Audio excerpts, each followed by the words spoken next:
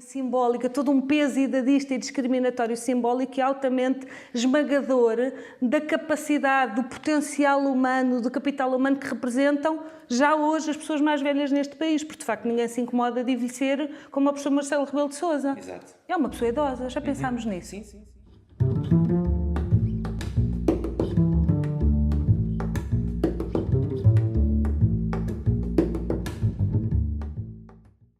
Nós temos o direito sequer de pensar que existe uma idade limite. É um desapuro total pelo ciclo de vida das pessoas e pelo... Sr. Eduardo Barroso... Exatamente. É uma pessoa idosa. É uma pessoa idosa. É efetivamente válida. Mas ninguém se incomoda de envelhecer assim. Não, claro que não. Até o Manuel de Oliveira, ninguém se incomodava, não é? Portanto, é uma pessoa já centenária, não é? O que eu acho é que a imagem que passa, de facto, é uma imagem extremamente estereotipada, porque ninguém quer ter rugas, não é? Portanto, todos nós queremos viver mais anos, mas ninguém quer ser velho ou levar com o rótulo de ser velho, porque ser velho será sinónimo de horror, não é? Portanto, é aquela imagem da bengala, aliás, mesmo as sinalizações públicas, não é? Das prioridades, vê-se sempre uma pessoa com muleta, meio corcunda, quer dizer, e portanto isso não corresponde de facto à realidade, portanto à realidade do ponto de vista macro, não é? Portanto, nós conhecemos, obviamente, e até porque estamos a trabalhar nessa área, não é? Portanto, conhecemos, obviamente, um nicho de pessoas em situação de vulnerabilidade, mas quer dizer, não, a minha mãe também é octogenária e não tem nada aquele perfil, quer dizer, de bengala, corcunda, enfim, da fralda, não tem nada esse estereótipo. E, portanto, é normal? Não, é um desapuro, porque efetivamente não se passa, porque se prioriza muito a questão da juventude e mais, e da questão da competitividade entre as pessoas, quer no meio laboral, quer no meio enfim, hoje nós estimulamos e valorizamos muito esta questão da competitividade entre as pessoas e esquecemos efetivamente, não é, que tudo tem um tempo. E quando passa este tempo, acaba por haver aqui uma exclusão, porque as pessoas deixam de ter voz e vez. Mesmo alguns locutores, portanto, que passaram na televisão, que hoje não dão um rosto na televisão, que tiveram esse tempo, mas por fazerem aquela idade, quer dizer, pivôs de telejornais, quer dizer, portanto, e que acabaram efetivamente por sair por uma questão de idade. Portanto, temos aqui, isto é uma ambiguidade até. Eu considero que devíamos ter profissionais da área social a trabalhar na comunicação social com mais afinco, porque da mesma forma que também no outro dia falávamos em relação aos processos de educação das pessoas, ou seja, os professores. Até que ponto os professores estarão preparados nas escolas para falar de envelhecimento? Até que ponto estão preparados para educar? Porque depois entramos naquele dilema, não é? Se a função do professor é educar, se a função do professor é instruir, é transmitir conhecimento.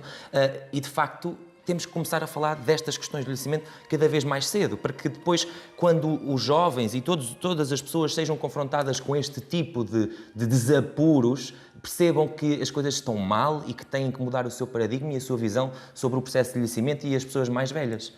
Diogo, nós estamos hoje preocupados do ponto de vista dos programas educativos, não é? E eu, com 2 filhos pequenos, tenho feito também esta reflexão. Estamos muito mais preocupados em ensinar equações, que são muito importantes, e outro tipo de matérias, do que ensinar sobre o ciclo da vida. E quando nós nos esquecemos, desde o ensino básico, eu diria que desde o pré-escolar, devemos começar a falar em ciclo da vida, devemos começar a falar sobre as dimensões do sentido da vida. Não é por acaso que somos dos países da Europa que têm mais consumo de antidepressivos. Isto é revelador de qualquer coisa. Nós não estamos a falar na escola sobre empatia, sobre relação, sobre direitos humanos. Nós estamos a falar muito pouco sobre o ciclo da vida e sobre a existência humana deste ponto de vista. Portanto, é muito normal que, mesmo nas disciplinas onde, em várias formações, se abordam as questões da psicologia e do desenvolvimento, normalmente se aposta muito mais nas primeiras 3 etapas da vida, não é? 3 estádios da vida e falar sobre envelhecimento ou não há tempo no programa ou de facto não é considerado uma prioridade. Porque de facto falar de envelhecimento não é uma prioridade. Porque de facto legislar na área de envelhecimento não é uma prioridade.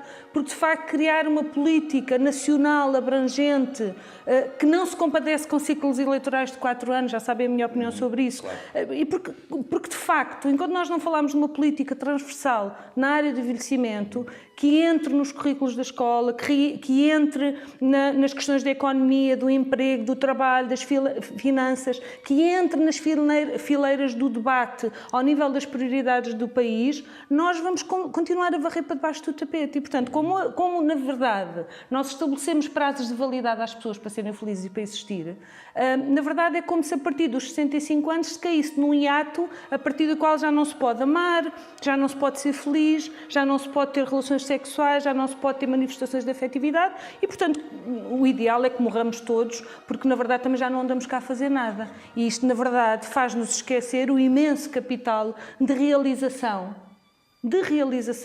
e de felicidade, que é para isso que todos andamos cá, digo eu, é esse o sentido, não é? O sentido é para a frente, e para a frente é que está a felicidade, e na verdade implica uma mudança, repito, de mindset relativamente ao prazo de validade que nós, e à etarização da vida que nós continuamos a insistir, por isso é que ainda falamos em conceitos altamente desadequados como o conceito de terceira idade, seja lá o que isso for.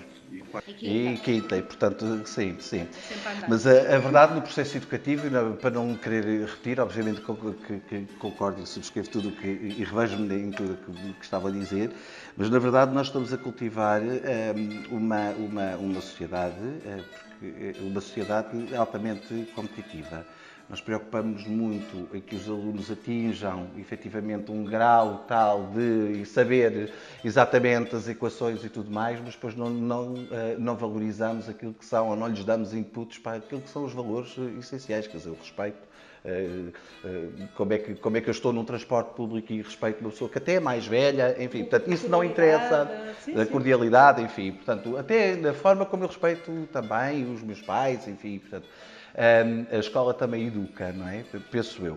Mas eu gostava só de acrescentar aqui uma questão, que é uma questão que me faz sempre muita confusão, que é, e no sentido que a Carla estava a dizer, do ponto de vista político, na verdade não interessa legislar sobre envelhecimento, aquilo que interessa é nos ciclos de 4 em 4 anos, de facto, aquilo que aparece é os idosos como alvos do saco do beijinho, não é? Portanto, há sempre aquela imagem do político correto que vai dar beijinho, que se abeira das pessoas e, sobretudo, até das pessoas em situação de maior vulnerabilidade, porque isto depois também mexe com algumas emoções e, portanto, dá aqui algum apoio. Do ponto de vista do que é que sai dali, é muito pouco. Não é? Portanto, as pessoas, obviamente, que ficam muito agradecidas, eu fico muito agradecido quando me dão um abraço ou um beijo, mas quer dizer, mas que isso tenha uma repercussão seguinte, não é? Portanto, eu não dou um repousado a uma pessoa, mas depois impeço-a de ele descascar e poder ingerir, não é? E continuamos, efetivamente, com este modelo de proteção social que, enfim, que não... Paliativo e que não aumenta, de facto, em nada.